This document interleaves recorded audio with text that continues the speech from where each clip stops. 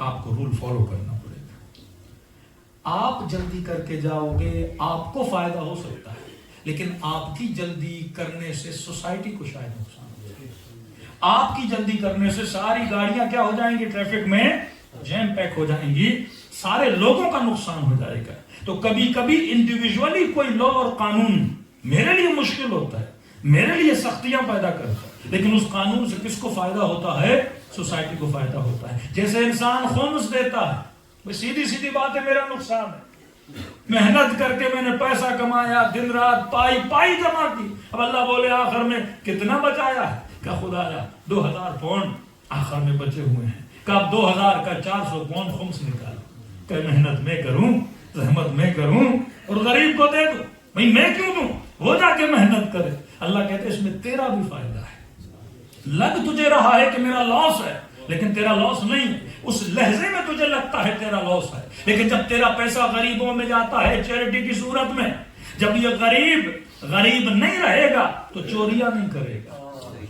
جب اس کے پاس گھر ہوگا یہ تیرے گھر کو نہیں لوٹے گا، یہ تیرے بچے کو کڈنیپ نہیں کرے گا، یہ معاشرے میں کرائم نہیں بڑھے گا. کیونکہ کرائم کا سب سے بڑا ریزن یہ ہے، جس معاشرے میں غربت ہوتی ہے اس معاشرے میں کرائم ہوتا ہے. امیر المومنین کا فرمان ہے، جس معاشرے میں غربت ہوتی ہے اس معاشرے میں فحاشت ہوتی ہے. بندہ فحاشی کب کرتا ہے، فطرت کے اصولوں کو کب توڑتا ہے، جب اس مال کے پیچھے جاتا ہے، جب دولت کے پیچھے جاتا ہے، جب لوگوں کے گھروں کو لوٹتا ہے. اور اسلام میں اسی چور کو سزا ہے جس چور کو ضرورت نہ تھی اور اس نے لوگوں کے مال کو لوٹا تھا. لیکن ایک ایسا چور جسے بھوک لگی ہے، بچے بھوک سے مر رہے ہیں، اگر وہ دکان سے جاتے چوری کرتا ہے تو اسلام اس پہ حد شرعی جاری نہیں کرتا، الٹا سوسائٹی کو بلیم کرتا ہے کہ تو نے دیکھا کیوں نہیں کہ اس کے بچے بھوکے تھے، تو نے دیکھا کیوں نہیں اس کی بیوی کو نیند تھی، تو نے دیکھا کیوں نہیں اس کی بچی کی شادی نہیں ہو رہی تھی، اور تو اپنی بیٹی کی شادی پہ لاکھوں پاؤنڈ خرچہ کر رہا تھا، تو اپنے بیٹے پہ ہزاروں پاؤنڈ خرچہ کر رہا تھا. یہی سیرت علی تھی کہ رات کے اندھیروں میں اٹھتے تھے. ارے اپنے بچے سے محبت کرنا کمال نہیں، کوفے کے یتیموں سے محبت کرنا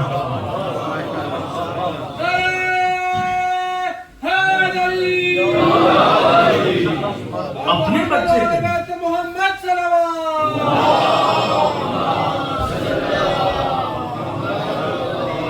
اسلام سوشل محبت کا کانسیپٹ بناتا ہے. مجلس حسین کس چیز کا نام ہے؟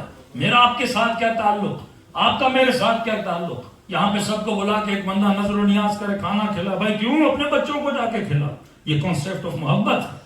اسلام میں مسافے کا کانسیپٹ کیا ہے؟ نماز ختم ہونے کے ساتھ ہاتھ ملاؤ ایک دوسرے کے ساتھ تاکہ دلوں میں محبت بڑھے. سوسائٹی میں اگر محبت ہوگی، ایک دوسرے کے ساتھ الفت ہوگی، وہ سوسائٹی باقی رہ جاتی ہے، وہ سوسائٹی بچ جاتی ہے. یہی پیغام اہل بیت نے دیا. اپنے بچے کے لیے تو ہر کوئی محنت کرتا ہے، اپنے بچے کی اسکول کی فیس تو ہر بندہ پڑتا ہے، لیکن اپنے سفرے پر بیٹھ کر 3 دن سے روزہ رکھ کر اور سفرے پہ کھانا آئے اور 3 دن کی بھوک ہے اور بندہ روزے کے ساتھ ہو اور وہ کھانا پڑا ہو جو اسے پسند ہے اور گھر کے در سے آواز آئے ہم نے کھانا نہیں کھایا اور وہ کہے کہ حسن اٹھا کے اسے دو، کہ بابا دوسرا کھانا بھی، کھجور دے دوں، بابا دودھ دے دوں، فرمایا نہیں، اللہ کی آواز آتی ہے جو تجھے پسند ہے وہ دو. یہ راتوں کے اندھیروں میں راتوں میں اٹھ کے غریبوں کو کھانا کھلانا، یہ پیغام تھا کہ امت سے کتنا عشق تھا، امت سے کتنی محبت تھی. اپنی ذات کی محبت سے نکل کر جب باہر والوں سے تو محبت کرتا ہے، یہی ایمان کی نشانی ہے، یہی عشق کی نشانی ہے. کیونکہ وہ بندے جو باہر ہیں وہ کس کے بندے ہیں؟ وہ اللہ کے بندے ہیں، مخلوق خدا ہے. تبھی فرمائے خاتون مر گئی، رسول خدا کی آواز آئی ابھی اس پہ عذاب ہو رہا ہے، خدا نے اسے حبس کیا ہوا ہے. کہ رسول اللہ کیوں؟ کہ اس نے زندگی میں ایک بلی کو غصہ آ گیا، بلی کو کمرے میں بند کیا تھا، اس کی سزا خدا یہ دے رہا ہے کہ تو نے ایک جانور کو بند کیوں کیا تھا. ایک نوجوان تھا، کئی نوجوان گھر میں کبوتر رکھے، بلی کبوتر کھا گئے. وہ کہہ رہا ہے مولانا میرا کبوتر کھا گئے، میں نے اتنے جوتے مارے. اس میں نے کہا تصور کر اللہ تجھے کتنے جوتے مارے. میں نے کہا ایک کبوتر بلی نے کھایا، تجھے غصہ آ گیا، میرا کبوتر کھا گئی. میں نے کہا تو زندگی میں کتنی مرغیاں کھا گیا، کتنے بکرے کھا گیا. اللہ نے کبھی کچھ بولا؟ جس طرح مرغی تیرے لیے حلال ہے اسی طرح کبوتر بلی کے لیے حلال ہے، ہرن شیر کے لیے حلال ہے. خدا نے ہر کسی کی غذا رکھی ہوئی ہے. بندے خدا تجھے حق نہیں کسی کو روکو یا کسی کو ٹوکو. یہ سارے قوانین خدا نے بنائے ہیں انسانی فطرت کے حساب سے. ایک پوری مجلس ہو سکتی ہے اس اعتبار سے کہ خدا نے اگر کسی کو حرام کیا اسے نفرت کرنے کے لیے کیوں بولا, حلال کیا حلال سے محبت کا درس کیوں دیا, کیونکہ وہ مس میچ ہیں انسان کی فطرت سے. میں نے کہا وہ حیوانات خدا نے حلال قرار دیے ہیں جو ویجیٹیرین ہیں, وہ حیوانات جو وحشی ہیں گوشت کھاتے ہیں خدا نے اسے کیا قرار دیا ہے, حرام قرار دیا ہے. کیونکہ ایکسٹرا آرڈنری وہ چیزیں تمہاری باڈی میں آئیں گی, انسان کے اندر وحشی پن بڑھنا شروع ہو جاتا ہے. اب دیکھو شیر کیا کھاتا ہے, چیرتا ہے پھاڑتا ہے گوشت کھاتا ہے. بکری ہرن کیا کھاتی ہے, سبزہ کھاتی ہے. سور کیا کھاتا ہے, گندگی کھاتا ہے, اپنا فضلہ کھاتا ہے, گندی ترین نجاست کی چیزیں کھاتا ہے. لہٰذا وہ چیزیں باڈی میں جاتی ہیں, اسی سے بیکٹیریاز کیا ہو جاتے ہیں, باڈی میں پھیل جاتے ہیں. اسلام نے شراب کو حرام قرار دیا. اب بندہ 5 منٹ کے لیے سوچے اللہ کی شراب سے کیا دشمنی ہے, واقعا کیا دشمنی ہے. انگور کھاؤ تو حلال, انگور کا شربت پیو حلال, لیکن 4-5 مرتبہ انگور کو پکا لو جب شراب بن جاتا ہے کہا حرام. کھجور کھاؤ کا بہترین چیز ہے, افطاری کھجور سے ہونی چاہیے ثواب, اور اسی کھجور کا پانی نکال کے شربت بنا کے کچھ ٹیکنیکس کی جائیں تو وہ کیا ہو جاتا ہے, حرام ہو جاتا ہے. ہر شربت حلال ہے, اس شربت کو اللہ نے حرام کیوں قرار دیا؟ میں نے کہا انسان کو بنانے کے بعد کب کہا تھا میں بہترین بنانے والا ہوں؟ جب روح پھونکی. اس روح کا کنٹرول تب تک انسان کے بدن پہ رہتا ہے جب انسان اپنے ہوش اور حواس میں ہوتا ہے. فرمایا ہر وہ شے جو تمہارے عقل کو نقصان دے گی وہ حرام ہے. اب خود ڈیسیژن لے کہ تمہارے عقل کو, عقل کیا ہے, کنٹرول. عقل کا کام ہے تمہاری چیزوں کو کنٹرول کرنا. غصہ انسان کے وجود میں ہے, غصہ نہ ہو تو انسان میں غیرت نہیں, غصہ نہ ہو تو اسلام کا دفاع نہیں, غصہ نہ ہو تو جہاد کا کانسیپٹ نہیں. یہ غصہ ہے جو ہر چیز کو جنم دیتا ہے. جس میں غصہ نہیں گھر پہ چور آ جائے کچھ نہیں کرے گا. جس میں غصہ نہیں انسان کی غیرت ختم ہو جاتی ہے. غصہ نہیں آتا اسے, غصہ نہیں اسلام کا دفاع نہیں کر پاتا. لیکن غصہ کہاں تک, کس پہ کرنا ہے کس پہ نہیں کرنا, یہ کون بتائے گا؟ عقل بتائے گا. ایک مرتبہ کسی نے اللہ کو گالی دی, بندے کو غصہ آنا چاہیے. امیر المومنین کو گالی دے, غصہ آنا چاہیے, غیرت الہی جوش میں آنی چاہیے جس طرح حضرت عباس کی آتی تھی. لیکن ایک مرتبہ یہی جوان باپ کے سامنے کھڑا ہے اور باپ نے غصے میں آ کر اس کے چہرے پہ مثلاً تماچا مارا. ظاہر سیلف ریسپیکٹ ہے, سیلف اسٹیم ہے. 4 لوگوں کے سامنے آپ کو کسی نے تماچا مار دیا, نیچرل ہے انسان کو کیا آئے گا, غصہ آئے گا. اب جب غصہ آئے گا عقل روکے گی, یہ دیکھ تو کس پہ غصہ کر رہا ہے. اللہ تخود لہما عفن, دیکھ تیرے سامنے کون ہے, تیرا باپ کھڑا ہے. ٹیچر مارے, دیکھ ٹیچر ہے. شاید امام زمانہ ہمیں تماچا مارے ہیں, دیکھ تجھے کون تماچا مار رہا ہے. دیکھ تمہاری ماں سامنے تمہارے کھڑی ہے, تمہارا باپ تمہارے سامنے کھڑا ہے, کوئی عالم تمہارے سامنے کھڑا ہے, کوئی متقی بندہ تمہارے. ہمیں ہر کسی پہ غصے کی اجازت نہیں. اس غصے کو کہاں یوز کرنا ہے کہاں یوز نہیں کرنا یہ عقل بتاتی ہے. شہوت کو کہاں یوز کرنا ہے کہاں نہیں کرنا یہ عقل بتاتی ہے. محبت کس سے کرنی ہے کس سے نہیں کرنی یہ عقل بتاتی ہے. تو یہ وہ اصول ہیں جو اہل بیت انسان کو سمجھاتے ہیں کہ تم نے کنٹرول کیسے کرنا ہے. اور فرمایا جس کا کنٹرول جتنا زیادہ جنت میں اس کا مرتبہ اتنا زیادہ. ماشاءاللہ. ہور کیوں بنا؟ تمیز تھی کہ حسین سے کیا کہنا ہے کیا نہیں کہنا. وہ قاتل زہرا کیوں بنے؟ غصے پہ کنٹرول نہیں تھا, ادب و تمیز نہیں تھی. جس سرحد کو پار کر رہے ہیں یہ سرحد فاطمہ ہے, یہ دروازے بطول ہے, یہ دروازے زہرا ہے. اب انسان کے لیے ہر وہ چیز حرام کی, ہر وہ چیز جو انسان کے کنٹرول کو بریک کو کیا کر دے, فیل کر دے. آپ گاڑی بھی چلاتے ہو نا, یہ لاجیکل چیز ہے. پولیس کھڑی ہو جاتی ہے کہتی شراب کی گاڑی نہیں, چیک کرتی ہے آپ کو. پولیس کیوں چیک کر رہی ہے؟ اللہ نے ان کو بولا ہے. ان کی عقل نے یہاں تک ان کی مدد کی کہ اگر شراب پی کے گاڑی چلائے گا آؤٹ آف کنٹرول ہو جائے گا. تو بندے خدا جب نشے میں تو اسے لوہے کی گاڑی چلانے نہیں دیتا تو خدا نشے میں بدن کو چلانے کیسے دیتا؟ اتنی تو تجھے عقل ہے کہ نشے کے عالم میں نے بس نہیں چلانی، گاڑی نہیں چلانی، پلین نہیں چلانا، کیونکہ اگر ایک جہاز نشے میں چلاؤں گا 200 لوگ اس جہاز میں ہیں، خود کو بھی تباہ کروں گا، 200 کو بھی تباہ کروں گا۔ اب جہاز سے زیادہ قیمت ہے روح انسان کی، انسان کا سول، اس کی قیمت زیادہ ہے۔ سب سے زیادہ خودکشی اور سوسائڈ کا ریشو نیدرلینڈ ہالینڈ کا ملا، مور دین شاید 21,000 پیپل خودکشی کرتے ہیں۔ اس کے بعد جاپان کا ریشو سب سے زیادہ ہے، سوسائڈ ریشو۔ سب سے خوشحال ترین زندگی جاپنیز کی ہے، مال دولت، ایجوکیشن، فیسلٹیز، لگژری، ہر لائف ان کے پاس، لیکن سب سے زیادہ جاپانی جوان خودکشی کر رہا ہے، ہالینڈ کے لوگ خودکشی کر رہے ہیں۔ کیوں کر رہے ہیں؟ سب کچھ ہے، کیونکہ عقل نہیں ہے۔ اور سب کے جب بلڈ ٹیسٹ لیے، پوسٹ مارٹم کیا کہ کب خودکشی کرتے، تو کہتے ہیں جس وقت اس نے خودکشی کی تھی یہ نشے کی حالت میں تھا۔ ہوش و حواس میں کوئی بندہ خودکشی نہیں کرتا، جان ہر کسی کو پیاری ہے، لیکن جب نشہ کرتا ہے اب عقل سائلنٹ ہو جاتی ہے، اب بریک نہیں لگتا، اب جو دل کرتا ہے انسان کرتا جاتا ہے، نہ زبان پر کنٹرول، نہ آنکھوں پہ کنٹرول، نہ اعضائے نکاح پہ کنٹرول ہے۔ اور معصوم فرماتے ہیں نشہ صرف شراب کا نشہ نہیں، مولویوں کا نشہ اور ہے، عورتوں کا نشہ اور ہے، جوانوں کا نشہ اور ہے۔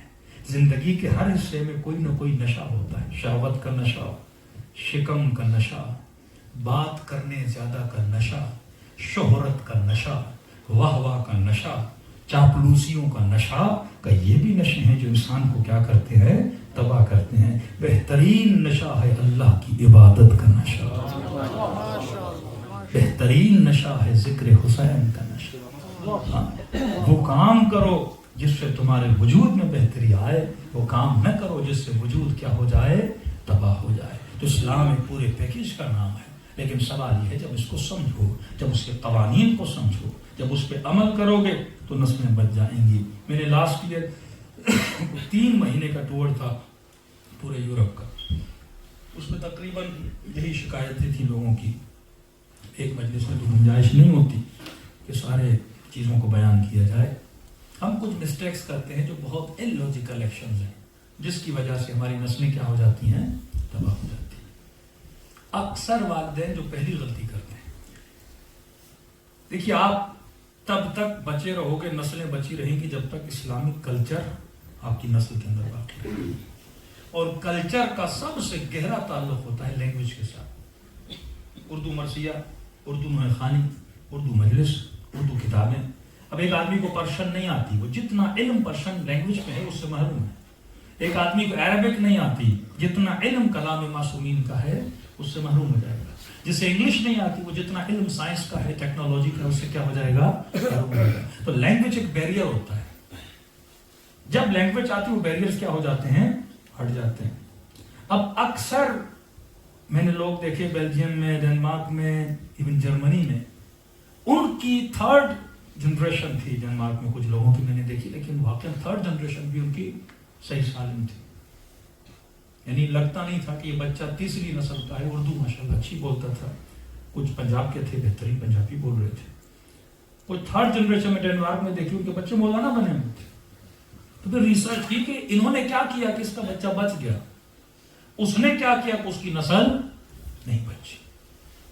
یہ کوئی جادو کی چھڑی نہیں ہے کہ مولانا دعا کریے بچے نیک ہو جائیں، لاکھ یہاں بیٹھ کے دعا کرو، نہیں ہوگا بچہ نیک جب تک تو عمل نہیں کرے گا۔ خدا قسم کھا کے کہتا ہے والعصر ان الانسان لفی خسر، انسان خسارے میں، الا الذین آمنوا وعملوا الصالحات۔ جہاں ایمان ہے وہاں عمل ہے، اگر ایمان لایا، عمل صالح کیا، پھر عمل صالح کیا، وتواصوا بالحق وتواصوا بالصبر، حق کا دامن پکڑے، بس اس راہ حق پہ اگر چلنا ہے تو صبر کے ساتھ چلنا ہوتا ہے۔ اگر صبر نہیں، میں نے زندگی میں ٹارگٹ کیا بنایا ہے؟ معصوم فرماتے ہمارا شیعہ ہی نہیں جس کی زندگی میں تدبیر نہیں، جو مدبر نہیں ہے، جس کی زندگی میں پلاننگ نہیں ہے۔ ہم گلاس لینے کی پلاننگ کر رہا ہے، لیکن یہ کہ اس گلاس میں پانی کون سا ڈالنا ہے، اگر اس کی پلاننگ نہیں ہے تو گلاس کا فائدہ کیا ہے؟ پیسے کمانے کی پلاننگ کر رہا ہے، لیکن پیسہ کمانے کے بعد کیا ہوگا؟ گھر مل گیا، گاڑی مل گئی، لیکن بڑھاپے میں تیری نسلیں تیرے ہاتھ سے نکل جائیں، تیرے بچے تیرے نہ رہیں۔ میں نے کئی بوڑھوں کو روتا ہوا دیکھے، مولانا یہاں پر آئے سب کچھ مل گیا، لیکن آج ہماری نسلیں ہمارے ہاتھ سے نکل چکی ہیں۔ تو ان لوگوں پہ ریسرچ کرنے کی ضرورت ہے جنہوں نے اسی ماحول اور سوسائٹی میں رہتے ہوئے اپنی نسلوں کو بچایا ہے. بہت چھوٹے چھوٹے فیکٹر ہیں جن کی طرف ہم توجہ نہیں دیتے, لیکن وہی فیکٹر باعث بنتے ہیں ہمارے بچے ہم سے کیا ہو جائیں, دور ہو جائیں. سب سے پہلا فیکٹر لینگویج کا فیکٹر ہے. آج آپ میں سے کتنے لوگ ہیں جو اپنے گھروں میں اپنے بچوں سے اپنی لینگویج میں بات کرتے ہیں؟ میں تو جس بھی گھر میں گیا بچے سے انگلش میں بات کر رہے ہیں. حالانکہ عقل مندی سے سوچنا چاہیے, اگر آپ انگلش میں بات نہ بھی کرو تو کیا بچہ انگلش بھول جائے گا؟ انگلش سوسائٹی میں رہتے ہو, اس نے انگلش ویسے ہی سیکھنی ہے. وہ کہتا نہیں مولانا میں اپنی انگلش بنا رہا ہوں. تو اپنے چکر میں بچے کو تباہ کر رہا ہے. تو ایک جرمن کا مولانا تو دوست تھے ہمارے, کہہ رہے مولانا وہ میں بچے کو اسکول سے لینے گیا تو ٹیچر اس کی دیکھنے آئی, تو کہہ رہا میں جرمنی میں بچے سے بات کروں گا. کہہ رہا ٹیچر نے بلا کے بولا آج کے بعد نہیں بولا, تو اس کی جرمنی خراب کر دیا. جب تجھے آتی نہیں تو زور کیوں لگا رہا ہے؟ اب وہ نہ بچہ اب والدین کا مذاق بھی اڑاتے ہیں, جب وہ اس سے بات کرتے مذاق بھی اڑاتے ہیں. کیوں کہ آپ نے اس بچے اب, اور یہ سائیکولوجی میں پروفڈ ہے کہ جو بچے ملٹیپل لینگویجز میں بات کرتے ہیں وہ دوسرے بچوں سے زیادہ ان کا آئی کیو کیا ہوتا ہے, تیز ہوتا ہے. آپ 7 سال 8 سال کے ایج تک اس بچے کو 2 سے 3 زبانیں سکھا سکتے ہو. ہمارے کزن ہیں ان کی بچی کو 5 لینگویجز آتی ہیں 7 سال کے. کہ ابا سندھی بولتے ہیں, امی پشتو بولتی ہیں, دادی اردو بولتی ہیں, رہتے ایران میں ہیں, اسکول عربک ہے. وہ اتنی سی ایج میں بچی ساری لینگویجز ٹارگٹ ہو کہ میں نے بچوں کو کیا, کوئی عیب تھوڑی ہے. اور یہ اسی میں خوش ہوتا ہے, بچہ پاکستان لے جاتا ہے 4 جملے انگلش کے بولتا ہے, تو اسی میں اس کا قد بڑا ہو جاتا ہے, میرا بچہ پڑھا لکھا ہے, یہاں کا چپڑا سے بھی انگلش بولتا ہے. لینگویج سیکھنا یہ علم تھوڑی ہے, لینگویج ذریعہ ہے علم کو حاصل کرنے کا. یہ اس سال رپورٹ نکلی ہے, اس سال یو کے کی رپورٹ نکلی ہے کہ سب سے زیادہ وہ بچے جو یونیورسٹی نہیں جاتے وہ ایشینز کے بچے ہیں. یہ رپورٹ نکلی ہے. گورے یونیورسٹی میں جا رہے ہیں کہ نہیں, ان کے بچے بڑے ہوتے یونیورسٹی نہیں جاتے, صرف بینیفٹس لینے کے پیچھے ہوتے. برگر کھا کھا کے, چپس کھا کھا کے بچہ اتنا بڑا ہو گیا ہے گھر میں اور کوئی کام ہی نہیں ہے. حالانکہ جس سوسائٹی میں نہ دین بچا نہ دنیا بچی, نہ اسلام سیکھا, کہ کم از کم سوسائٹی میں آ کے پڑھ لکھ جاتا, ڈاکٹر بنتا, انجینئر بنتا, کسی سوسائٹی کو کوئی ہدف مند بچہ کام کرتا. تو سب سے پہلی غلطی کہ ہم بچوں سے اپنی لینگویج میں, بھائی باہر جا کے وہ انگلش سیکھ جائے گا. جس بچے کی اسکولنگ انگلش میں ہے قطعاً وہ لینگویج سیکھ جائے گا. آپ کا یہ کام ہے کہ آپ ملٹیپل لینگویجز سکھاتے جاؤ. اگر نیٹیو لینگویج ہے تو اپنی قومی زبان ہے, اگر اس میں بات کرو گے بچہ سیکھ جائے گا. دوسری چیز صرف لینگویج بھی نہیں ہے. ان کے بچے بھی ہم نے دیکھے جو لینگویج میں بات بھی کرتے تھے, لیکن بچے گھر میں آتے تھے, بچہ ٹی وی پہ کارٹونز کون سا دیکھ رہا ہے, فلمز کون سی دیکھ رہا ہے, یہ ساری چیزیں اس کے برین پہ کیا کرتی ہیں, اثر کرتی ہیں. نیو کیسل میں گیا, ایک مومنہ نے واقعاً اپنے بچوں پہ محنت کی تھی کہ اس کے بچے گھر میں دیکھا نعتیں بھی پڑھ رہے تھے, قصیدے ایسے زبردست. میں نے کہا آپ کیسے کرتے ہیں؟ میں 24 آورز میں اپنے بچوں پہ محنت کرتی ہوں, اور میں جیسے آتے ہیں 1 آور 2 آور میں نے ٹی وی رکھی ہوئی ہے کہ تمہیں اسلامک چیزیں دیکھنی ہیں. اردو کارٹونز ابھی بہت ہے, سنت نے تو بڑا کام کیا ہے اس کارٹونز پہ, اپنے بچوں پہ بڑی محنت کر رہے ہیں, وہ کارٹونز دیکھتے ہیں. دوسری چیز, آپ کے بچوں کی سوشل لائف کہاں گزرتی ہے, وہ کیا اسکول کے ٹرپس پہ جاتے ہیں, ٹورس پہ جاتے ہیں. ڈینمارک کی جو میں مثال دے رہا ہوں, یہی میں نے ناروے میں دیکھا, ڈینمارک میں دیکھا, جن ملکوں میں نے دیکھا کہ صرف نہ کہ بچے انہوں نے صحیح کیے, وہ بڑے ہوئے, وہ عالم بنے.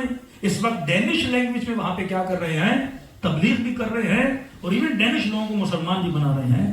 ان کے والد کیا کرتے تھے, یہ بڑی عجیب بات ہے, جن کے بچے مولانا بنے ان کا والد امام بارگاہ میں بورچی تھا. ان کی میں نے نسلیں بچتی ہوئی دیکھی جو اپنے بچوں کا کنیکشن سینٹرز کے ساتھ بناتے تھے. بچے آتے تھے, سب کے بچے آتے تھے, ظاہر ہے آپ مجلس سن رہے ہیں, بچے کھیلتے ہیں, شوق ہوتا ہے, آدھا گھنٹہ مجلس سنی, پھر بچے دوڑ رہے ہیں, کھیل رہے ہیں. اسی سینٹر میں آ کے بچوں کی گیدرنگز بھی ہوتی تھی, اور مسلم بچوں سے ان کی کیا ہوتی تھی, دوستیاں بھی ہوتی تھی. لیکن کئی ایسے والد نہیں, مولانا بچے نے اسکول جانا ہے, جلدی سو جاؤ, میں اکیلا سینٹر جاؤں گا. بھائی تو مسلمان بن چکا ہے نا, تجھے تو سب کچھ آتا ہے, پالنا کس کو ہے, نسل کو ہے. آدھا گھنٹہ نکال کے بچوں کو سینٹر میں لاؤ, اور صرف مجلس سے نہیں ہے, 1 آور آپ اپنی بچوں کی گیدرنگ کے لیے سینٹر رکھیں کہ مائیں بچوں کو لے کر آئیں کہ بچہ 1 گھنٹہ جانا ہے سینٹر میں، اور یہاں پہ کوئی بچوں کا ایسا پروگرام رکھے کہانیوں کا، اسٹوریز کا، سینٹر میں ایک سائڈ ہونی چاہیے جہاں پہ بچے کھیلیں کودیں، صرف اس لیے کہ یہ بچے شیعہ بچوں کے ساتھ ان کی گیدرنگ رہے، اپنے سیم کلچر کے لوگوں کے ساتھ ان کا ملنا جلنا رہے۔ اب کیا ہوتا ہے، یہ بچی اسکول جاتی ہے، 10 بچیاں دوپٹہ نہیں پہنتی، اس بچی نے پہنا ہوا ہے، سائیکولوجیکلی یہ سمجھتی ہے کہ میں ان جیسی نہیں ہوں، اور سمجھتی ہے کہ میں جب ان جیسی نہیں ہوں تو اس کو مسئلہ ہونے لگتا ہے۔ اور جب ماں کہتی ہے نہیں بچی تم حجاب کرو، جو حجاب نہیں کرتے وہ اچھے نہیں ہوتے، وہ فوراً کہتے ہیں میری ٹیچر تو بہت اچھی ہے، میرے دوستوں آپ سے بھی اچھی، وہ مجھے ڈانٹتی بھی نہیں ہے، وہ مجھے پیار دیتی ہے۔ اب پھر وہی محبت کی بات ہو گئی نا، جس سے محبت ہوتی ہے وہ رول ماڈل ہوتا ہے۔ اگر ٹیچر سے محبت ہو گئی، اپنی کلاس میٹ سے محبت ہو گئی، فرینڈ سے محبت ہو گئی، جب محبت ہو گئی وہ رول ماڈل ہے۔ میں نے اتنا رول ماڈل جناب سیدہ کو اس کے لیے نہیں بنایا، میں نے اتنا رول ماڈل دوسری خواتین کو نہیں بنایا اس کے لیے جن کے حجاب کو یہ کاپی کرے، جن کی لائف اسٹائل کو یہ ایڈاپٹ کرے۔ آج رول ماڈل کون ہے؟ رونالڈینو رول ماڈل ہے، آج ہالی ووڈ کے ایکٹر رول ماڈل ہیں، یہ جو میڈیا کی سیلیبریٹیز ہیں یہ بچوں کے رول ماڈل ہیں، وہی پہنتے ہیں کپڑے، وہی انداز، وہی بالوں کا اسٹائل، وہی ہر چیز۔ کس کو خواتین کس کو فالو کرتی ہیں؟ جو ایکٹریسز آتی ہیں ڈراموں میں جیسے کپڑے پہنتی ہے، میاں پاکستان جاتا ہے کہ فلاں جیسے کپڑے پہنا، بڑے اچھی ڈریس اس نے پہنی ہوتی، اس کی محبت آئی تو اس کی ڈریس کو بھی بندہ فالو کرتا ہے۔ بچے بڑے فٹ بالرز کو فالو کرتے ہیں، کرکٹرز کو فالو کرتے ہیں۔ تو یہ میں نے سمجھانا ہے کہ میرے لال محبت اس سے کر جو لائق محبت ہو، عشق اس کا دل میں پیدا کر جو عشق پیدا کرنے کے لائق ہو۔ لینگویج کا خیال رکھنا چاہیے خود پہ، یہ وجوب شرعی ہے۔ آیت اللہ سیستانی فرماتے ہیں جس کو پتا ہے کہ میرے سیکشن سے میری نسل تباہ ہوگی، حرام ہے اس بندے کے لیے کام کرے۔ جس کو پتا ہو بچے کو سینٹر میں نہیں لے جاؤں گا کہ مولانا بچوں کو اردو سمجھ میں نہیں آتی، اب الٹا مولانا اس کو بلے اب ہم جائیں 6-8 مہینے تمہارے لیے انگلش سیکھنے کے لیے، اس کے بجائے کہ آپ بچوں سے بات کرو، اپنی لینگویج سکھاؤ، اپنا کلچر سکھاؤ، وہ نہیں کرنا۔ اوپر سے اب سارے علم سے نسلوں کو کیا کر دینا ہے محروم۔ اب کیسے بچے کا انٹرسٹ ہوگا جب اسے سمجھ ہی نہیں آئے گی؟ کیسے بچے کا مجلس میں انٹرسٹ ہوگا؟ وہ مولانا کی آدھی مجلس سمجھے گا، آدھی نہیں سمجھے گا، وہ بور ہو جائے گا، اور جب بور ہوگا اور اس کو اس سسٹم سے نفرت ہو جائے گی۔ کئی ایسے بچے ہیں جن کو والدین مجبور کر کے لاتے تھے، ان کو مزہ نہیں آتا تھا، اور وہ بچے جوان ہو گئے، مجلس سے ہی بیزار ہو گئے، منتیں کرتے تھے مجلس پہ چلو کہ میں نے جانا ہی نہیں، کیونکہ اگر مجلس کی اس کے چائلڈ ہوڈ میں اس کی اچھی میموریز نہیں بنیں گی، اچھی اس کی یادیں نہیں رہیں گی۔ آپ کو مجلس ازا کی پاکستان کی اچھی یادیں ہیں، ذکر حسین کی اچھی یادیں ہیں، ماتم کی اچھی یادیں ہیں، آپ نے یادوں کو اچھا بنانا ہے۔ اور پھر کیا کرنا ہے مولانا؟ سیٹرڈے سنڈے کو سینٹر میں لاتے ہیں بچوں کو، سیٹرڈے سنڈے چھٹی کا دن ہے۔ چھٹی کا مطلب یہ ہے کہ بچہ کھیلے کودے، فٹ بال کھیلے، اس کی ساری چھٹیوں کو خراب کر کے یہاں پہ لا کے بٹھا دیتے ہیں۔ اوپر سے بچے کو اور کیا ہو جاتی ہے؟ مسئلہ ہو جاتا ہے۔ تو دین 7 ایئرز تک بچے کو آپ نے اس ماحول میں کھلا کے۔ تیسری چیز جو میں نے دیکھی، 3 پوائنٹ سے سینٹر کے ساتھ ریلیٹڈ ہونا، لینگویج کا خیال رکھنا۔ تیسری چیز میں نے دیکھی، ان لوگوں کے بچے بچے ہوئے تھے وہ کم از کم سال میں 1 بار یا 2 بار اپنے بچوں کو اپنے کلچر میں لے جاتے تھے۔ جس میں نے برڈفرڈز کی فیملیز دیکھی تو کشمیر لے جاتے تھے، کچھ پنجاب کے دوست تھے، کہتے مولانا 2 مہینے چھٹیوں کے بچوں کو چھوڑ کے آتا تھا، اتنی لینگویج یہاں نہیں سیکھا جتنا کلچر اس نے وہاں سیکھ لیا، کزنس کے ساتھ اپنے کلچر میں گل مل گیا، اس کے اندر وہ چیز بچ گئی۔ چوتھی چیز جو سب سے زیادہ اہم ترین فیکٹر تھا وہ ماں کا فیکٹر ہے۔ مرد کی ڈیوٹیز اللہ نے رکھی، عورت کی بھی ڈیوٹیز رکھی۔ شرعاً مرد پہ نفقہ واجب ہے، کمانا مرد کو ہے، محنت مرد کو کرنی ہے، صبح سے شام تک کٹھن کام، مشکل کام، ہارڈ ورک مرد نے کرنا ہے۔ یہ نہیں کہ عورت کے لیے کوئی عورت کے لیے تربیت سے بڑا کوئی ہارڈ ورک ہے ہی نہیں۔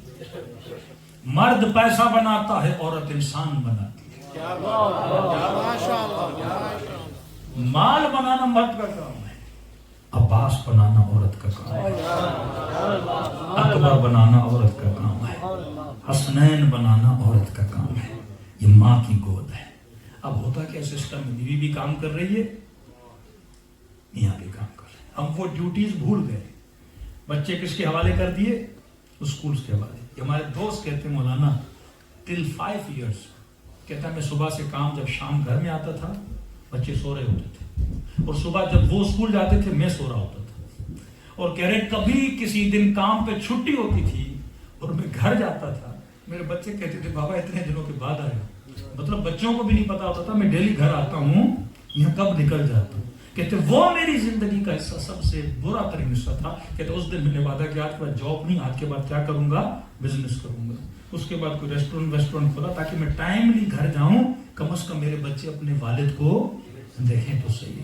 اب اگر بیوی بھی کام پہ، شوہر بھی کام پہ، تو بچوں کی تربیت کون کرے گا؟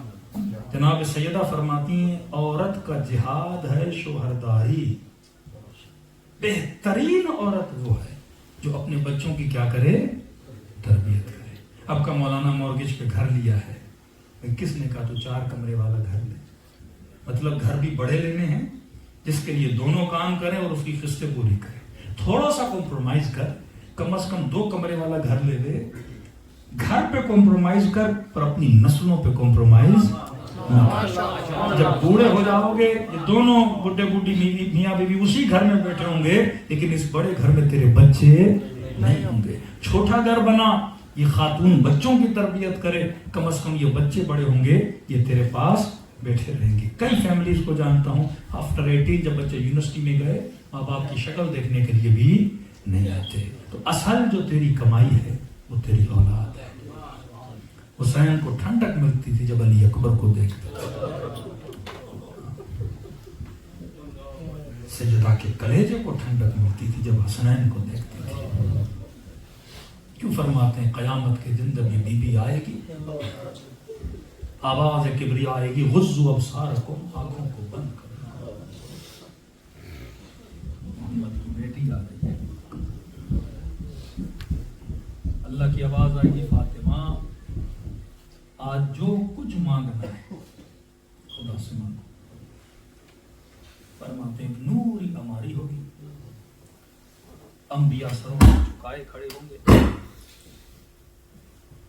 اور یہ بی بی ایک ہی چیز کا سوال کرے گی. روایت کے جملے، ایک ہاتھ میں حسین کا خون بھرا کرتا ہوگا کا دوسرے ہاتھ میں عباس کے کٹے ہوئے بازو.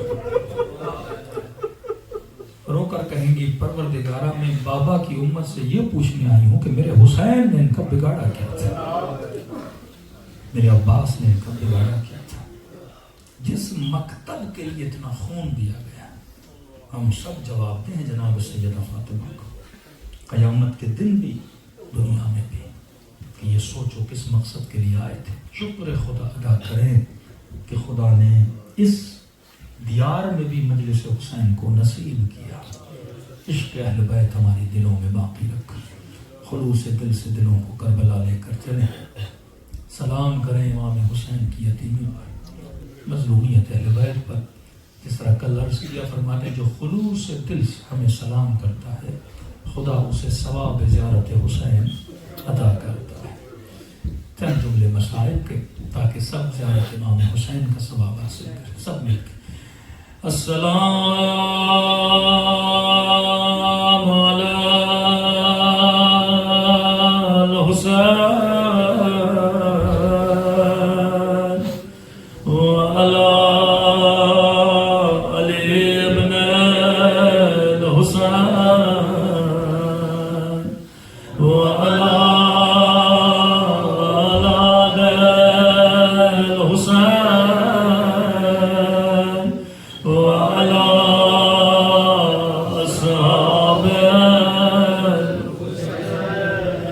بلند آواز سے السلام علی حسین وعلی علی ابن وعلی اولاد الحسین وعلی اصحاب. میرا سلام ان زخمی رخساروں پہ. کل بھی عرض کیا یہ سلام میرا سلام نہیں، یہ امام زمانہ کے سلام ہے جو زیارت ناحیہ میں خود فرماتے ہیں یہ کسی ذاکر کے بڑے مصائب نہیں، یہ فرزند زہرا کے مصائب ہیں۔ فرمایا میرا سلام ننھے سے زخمی رخسار جن کا رنگ بدلتا رہا، کبھی شمر کے تماچوں نے رنگ نیلا کیا، کبھی ظالم کے تماچوں نے رنگ کالا کیا۔ ایک آسٹریلیا کا مومن کہنے لگا مولانا میں پہلے بھی جناب سکینہ پہ روتا تھا لیکن اب زیادہ روتا ہوں۔ میں نے کہا تیرے رونے کی وجہ کیا ہے؟ رو کے کہنے لگا مولانا پہلے اللہ نے مجھے بیٹی نہیں دی تھی، جب سے گھر میں بچی پیدا ہوئی ہے میری سمجھ میں نہیں آتا زین العابدین یہ منظر کیسے برداشت کیا۔ کسی نے میرے چوتھے امام سے کہا مولا شمر کی اپنی کوئی بچی نہیں تھی، جو صاحب اولاد ہو وہ بچیوں کو اس طرح تماچے نہیں مارتا۔ امام نے فرمایا صاحب اولاد تھا کہ مولا پھر اتنا ظلم کیوں کرتا تھا؟ مولا فرماتے دشمنی سکینہ سے نہیں تھی، دشمنی سجاد سے تھی۔ اگر کوئی تجھے تکلیف دینا چاہے زیادہ دینا چاہے وہ تجھے نہیں مارے گا، تیرے سامنے تیرے بچے کو مارے گا۔ کہ جب جب زینب کا دل دکھانا تھا یہ زینب کے سامنے سکینہ کو دادیان مار دو۔ میرا سلام ان زخمی رخساروں جن کا رنگ بدلتا رہا۔ اگلا سلام امام زمانہ کا اس سے بھی بڑا سخت سلام ہے۔ کسی سلام میں نام نہیں بتاتے، صفت بتاتے ہیں، میں کس مظلوم کا ذکر کروں۔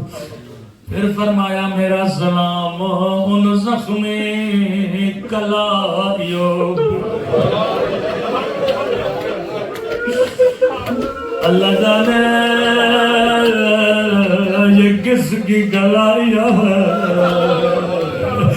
میرا سلام ان زخمی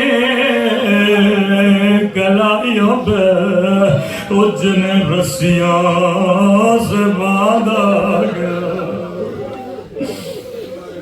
میں نے بڑے علماء سے پوچھا یہ کس کی کلائیاں ہے؟ کربلا میں تو ہر بی بی کے ہاتھ بندھے تھے۔ علماء فرماتے ہیں یہ زینب کی بندھی کلائیاں ہے۔ میں نے کہا بی بی زینب پہ بڑے بڑے مظالم ہوئے، کسی ظالم نے دادیا نہ مارا، کسی ظالم نے نو کے نیزہ سے مارا، بھلا امام زمانہ کلائیوں کو کیوں یاد کر کے رو رہے؟ کہنے لگے مولانا اس کی ایک خاص وجہ ہے۔ میں نے کہا کیسی وجہ؟ کہنے لگے کیونکہ 11 محرم کو او زینب اونٹ سے ایسے گری جیسے عباس گرے تھے۔ شاید کوئی مومن کہے مولانا کیا پڑھ رہے ہیں؟ او زینب کے تو بازو سلامت ہے، عباس کے بازو سلامت نہیں تھے۔ میں نے کہا جواب میں نہیں دوں گا۔ امام زمانہ فرماتے ہیں میرا سلام ہو میری ان پھپھیوں پہ اور جن کے ہاتھوں کو ان کی گردنوں سے باندھا گیا۔ او زینب ایسے گرے جیسے عباس گرے تھے۔ بڑا فرق ہے، عباس گھوڑے سے زمین پہ آئے، زینب اونٹ سے زمین پہ آئے۔ آخری سلام سب سے درد بھرا سلام، یہ وہ سلام ہے جس میں امام نے اس مظلومہ بی بی کو یاد کیا۔ یہ منظر حسین نے نہیں دیکھا، یہ منظر حسن نے نہیں دیکھا، یہ منظر سیدہ فاطمہ نے نہیں دیکھا۔ سنیں گے سب سے درد بھرا سلام۔ پہلے رخساروں کو سلام کیا، پھر زخمی گلائیوں کو سلام کیا، آخری سلام فرماتے ہیں میرا سلام ان زخمی خشک ہونٹوں پہ، اللہ جانے یہ کس کے ہونٹ ہیں، علی اصغر کے ہونٹ ہیں یا علی اکبر کے ہونٹ ہیں؟ خود میرے مولا نے جواب دیا میرا سلام ہو ان خشک ہونٹوں پہ اور جن پہ ظالم چھڑی مار رہا تھا۔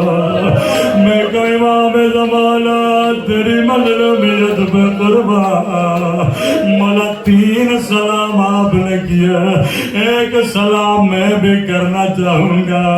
آپ نے کہا آپ کا سلام ہو خشک ہونٹوں پہ، لیکن میں کہوں میرا سلام ہو ان ننھی سی آنکھوں پہ اور جو یہ منظر دیکھ رہی تھے، وہ اللہ کسی بچی کو بابا کا کٹا ہوا سر نہ دکھائے، رو کے کہتی رہی نوار میرے 3 دن کا پیاسا بابا او میرا غریب الوطن بابا، ماتم حسین